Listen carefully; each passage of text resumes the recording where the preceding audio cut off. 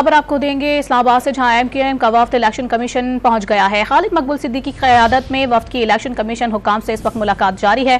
क्या मज़ीद तफसीलात हैं, जानेंगे। डॉन न्यूज़ के नुमाइंदे इरफान सदुज़ई हमारे साथ मौजूद हैं। इरफान, बताएगा किस एजेंडे पर यह मुलाकात की जा रही है?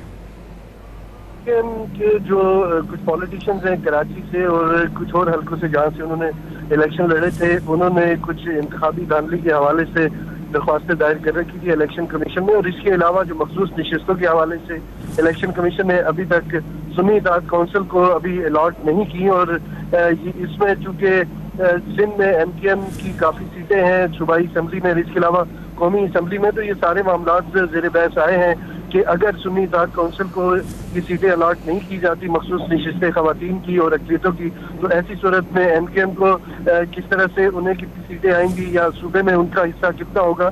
इसके अलावा जो हुकूमत साजी के हवाले से भी मामला ज़ेर बहस आए हैं, चूँकि इलेक्शन कमीशन ने ये अनाउंस कर रखा है कि तमाम जितने भी जीतने वाले उम्मीदवार हैं उनको अपने इंतखाबी अखराजात जमा। तो MQM वफ्द की इस वक्त इलेक्शन कमीशन हुक्काम से मुलाकात जारी है, जिसकी तफसीलात से आगाह करते हैं इरफान। आप बहुत शुक्रिया आपका।